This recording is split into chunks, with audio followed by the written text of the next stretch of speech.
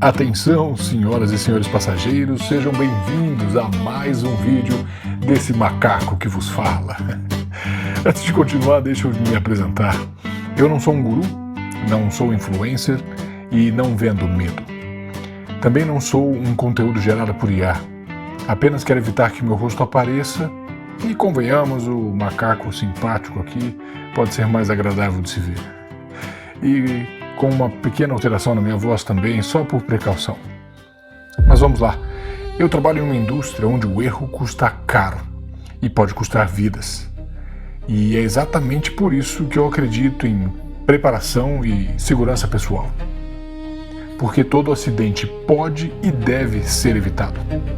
Consciência situacional, análise de riscos, antever cenários e entender contra o que nos preparamos. Ao longo dos anos, eu vi sistemas falharem. Energia, segurança, logística, informação. E aprendi uma coisa muito simples. Quem se prepara antes, sofre bem menos. E a hora de se preparar é agora. E esse canal existe por isso.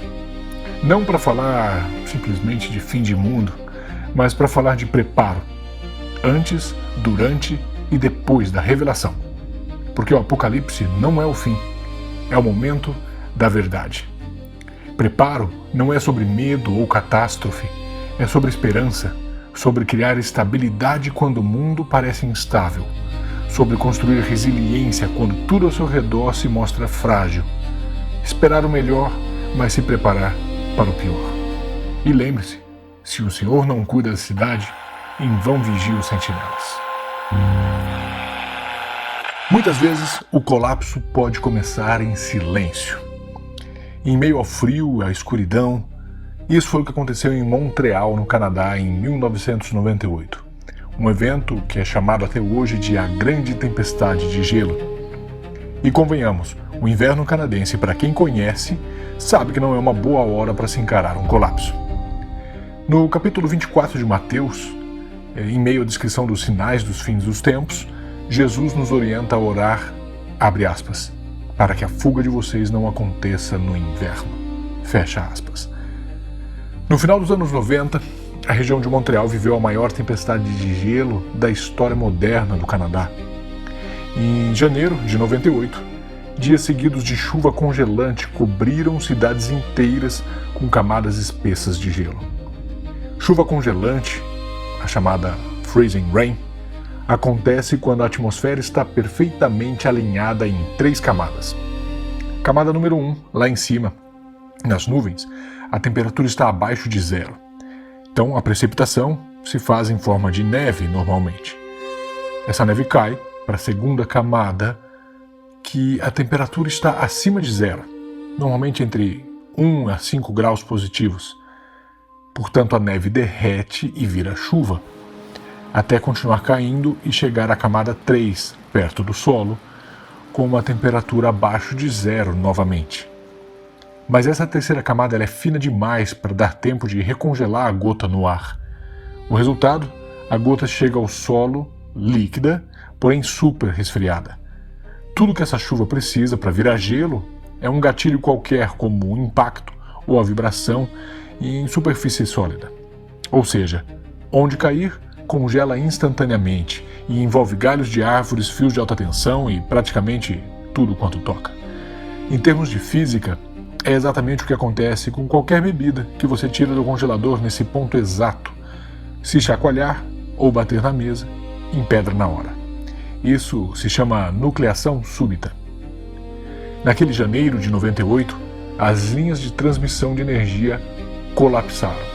Torres de alta tensão literalmente dobraram com o peso do gelo, algumas ainda em efeito dominó, deixando mais de 3 milhões de pessoas sem energia por toda a província de Quebec e em partes da província de Ontário. Em algumas regiões, a falta de eletricidade durou semanas, não dias. Tudo isso em meio ao inverno canadense. Subestações foram desligadas para evitar danos permanentes. O exército canadense foi mobilizado para apoiar evacuações e logística. Hospitais operaram com geradores, escolas, comércios e serviços públicos simplesmente pararam.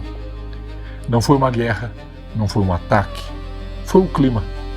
Não é raro Eu mesmo vivi pelo menos 2 freezing rains. O problema naquele ano foi a magnitude, mais ou menos como vemos hoje em dia no Brasil, com chuvas em proporções inimagináveis. Por isso eu digo, se antecipe.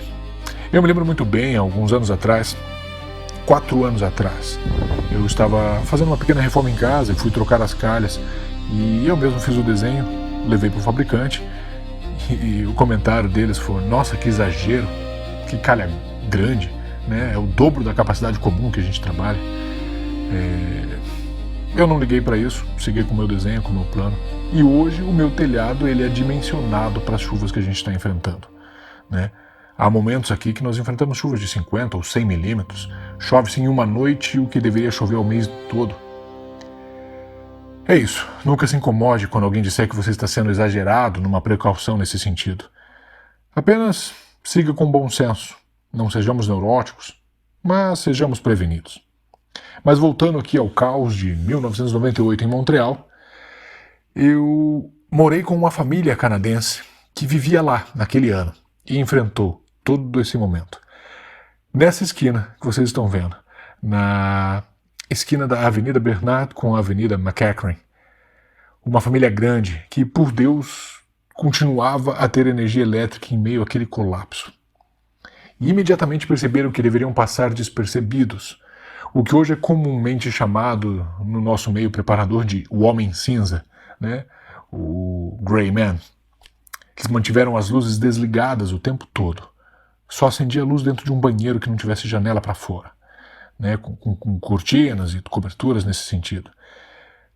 Nos ambientes comuns como sala e cozinha, com janelas para a rua, a iluminação era feita com uma vela, para que todo mundo que os visse da rua tivesse a impressão de que estavam todos enfrentando o mesmo desafio.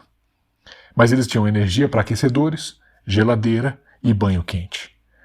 Seus parentes, obviamente, foram avisados, se uniram nessa casa, família reunida, minimamente preparada, mas inteligente para entender rápido que nessas horas não se exibe os recursos que tem.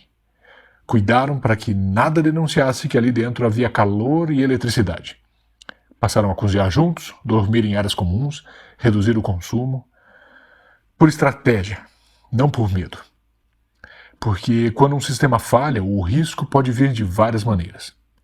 Isso tudo nos mostra que comportamento é um dos pontos mais importantes, o seu modus operandi.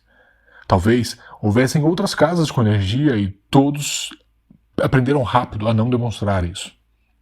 Foram mais de 600 mil pessoas desabrigadas pelo frio, dependendo de abrigos do governo, ajudas comunitárias e apenas, entre aspas, algumas dezenas de mortes por monóxido de carbono ao tentar aquecer suas casas com improviso. O impacto foi grande, mas o número de vítimas foi relativamente baixo, graças ao alto nível de preparo da sociedade canadense para lidar com invernos severos. O preparo não é paranoia, não é medo, é sobre esperança, sobre criar estabilidade quando o mundo parece instável e construir resiliência quando tudo ao redor se mostra frágil. Esperar o melhor e se preparar para o pior.